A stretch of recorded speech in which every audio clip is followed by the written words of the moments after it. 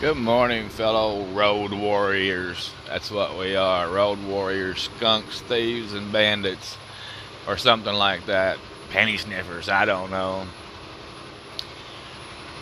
I just watched that little thing that I don't know who released it. It was a documentary type little short clip thing about the depression and truck driving and people going to see the chaplain and that was kind of sad and kind of true. And we being on the road changes people. Like that old guy that in the video that was back there eating by himself. I'm that old guy, guys. Whenever I go in the truck stop by myself, I don't want to sit on Liar's Corner with a bunch of company because generally we don't have any respect for each other. And if you've been out here a long time, you find it's just better to stay by yourself. Now, some people need um, a social concoction of, we'll call it adult time, right? I used to have a driver that called it adult time, so we'll call it adult time, where he had to sit up there and socialize. And I don't know where I'm going with this. Oh, I remember. Okay, when you're sitting up there on Liar's Corner, a lot of the people you're sitting there with may not be people, they might be fine people sitting there and you're having good conversation. And then you go out to the parking lot later and you see them doing crazy acts of stupidity. So you realize after time that maybe Liar's Corner ain't the place to hang out at. I'm sure you can meet some really great people there, and I've had some good conversations. So I'll sit close enough to Liar's Corner where I can comment on it without being a part of it. I know that's kind of crazy, right? But you hear some of the most outlandish things sitting around the booth at the truck stop. If you really want to be passively interactive, sit apart from it and listen, and you'll learn so much crazy stuff. If you've ever heard my story about going down the road at 70 miles an hour backwards, it was I-64, I seem to remember, and a cop pulled up beside me and said, "Hey man, you can't drive backwards." And I go, "Well, I've got a special license to drive backwards, and I don't even have no mirrors. If you see that, because I'm such a good driver, I'm just a super driver, and I've got a special license." And he's like, "Oh man, that's cool. You don't have a license or mirrors, and you're driving backwards at 70 miles an hour now, and I'm on a flying motorcycle." It's the outlandish stories that you hear. Fishing stories. I guess that's just part of male bonding, that, in a way, but it's truck driver bonding, which brings me along to the story of I'm more better than you is. That's what it actually seems like. It's like and it's not just truck driving. It's life in general. Truck driving is one little a macro of life. It's like its own ecosystem in a way, but it's the same in every niche. But be it mechanics or whatever, painters or pimps, they're all the same. I'm more better than you is. So that makes it a human condition that we kind of judge each other, or maybe we compete. But sometimes it's the ones that they're the most downtrodden, I think, or the most sad, that want to be "I'm more better than you" is. Now this video is just a rambling drive. It's just the things that are going through my mind. And what got me thinking about it is one of my subscribers, a longtime subscribers, his handle is "I'm more better than you" is, and he don't even do trucking content, and I know for a fact he's not the kind of guy that his name does not imply on who he is. It's just a name. But it made me think about the competition in our venue. I talked to a driver yesterday, shout out to Matt, and I was thinking a lot of the people that watch YouTube and take in our content, they're more they're quiet a lot of times. They don't comment a lot. But that doesn't mean that they're not more successful.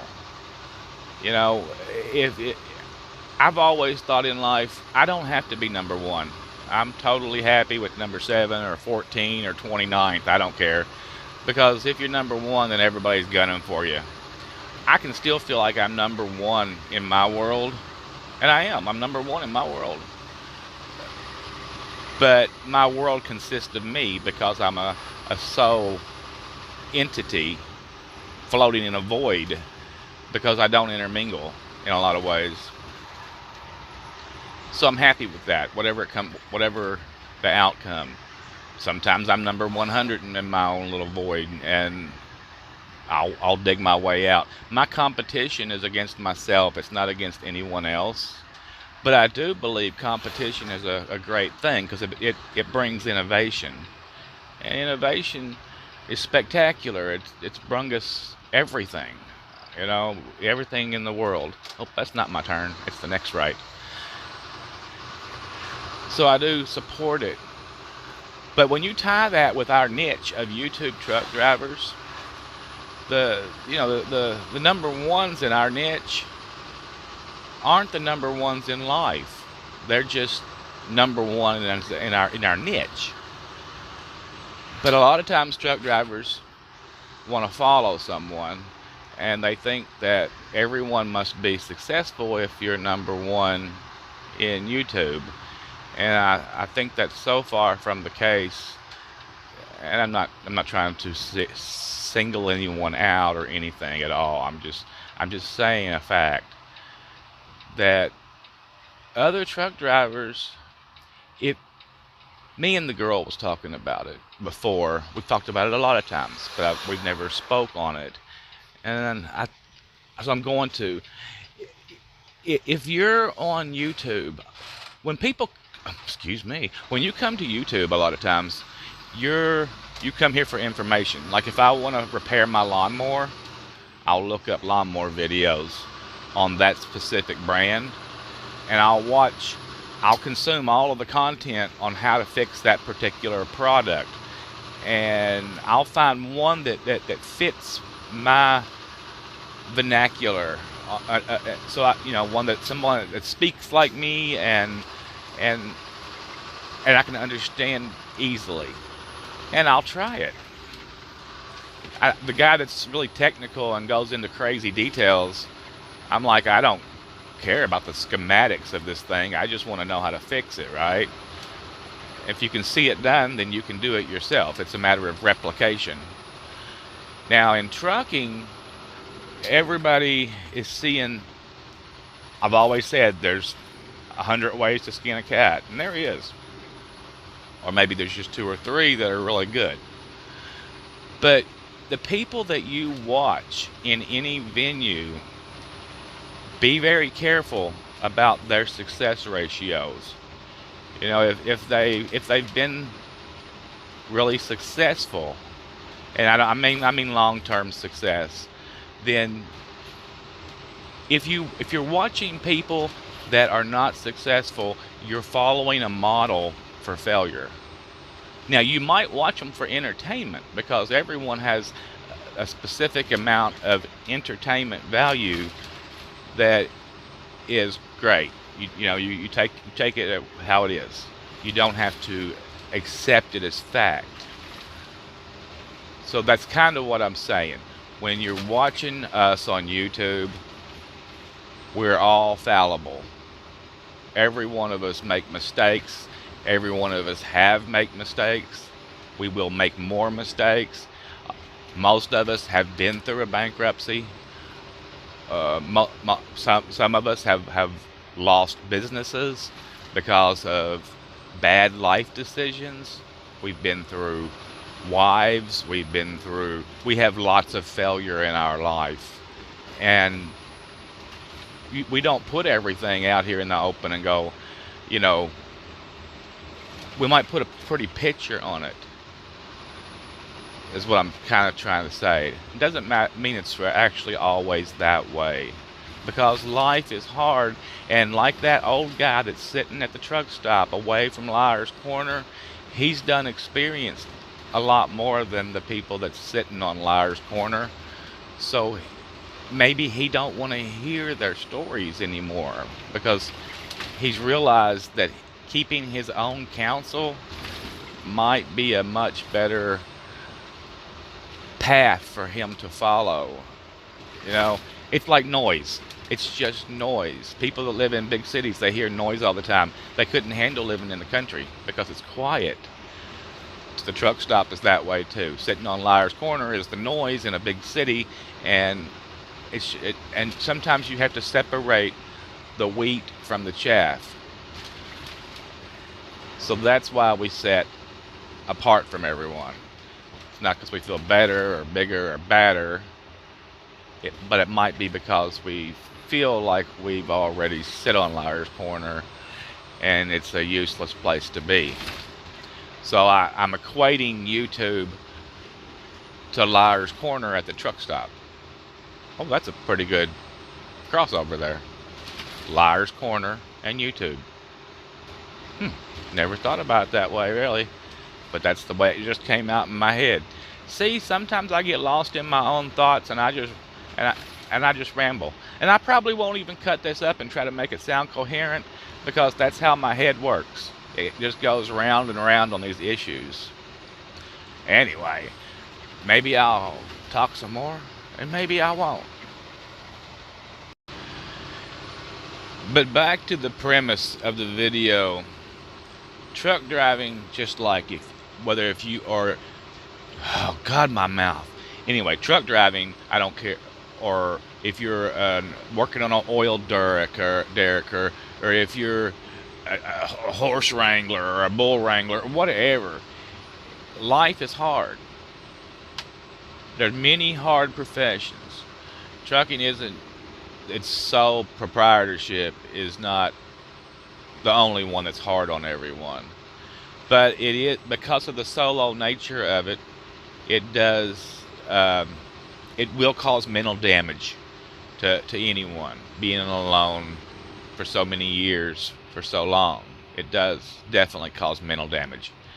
But it's mental damage that we do for an outcome. But it's just a proven fact.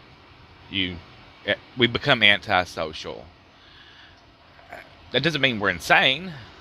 We're just different. When we get off the road, we have to have a decompression time a lot of times.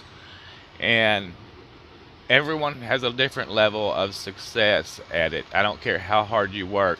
If you don't think outside of the box, you'll be stuck in the same position your whole life, right? If you start driving and you're you're hauling toilet paper, if you don't think out of the box, you'll be stuck hauling general freight your whole life. I talk to many people that have been stuck in that for 40 or 50 years. They just keep doing general freight because it's tried and true, or because they didn't think out of the box. I don't know which one it is. Who knows?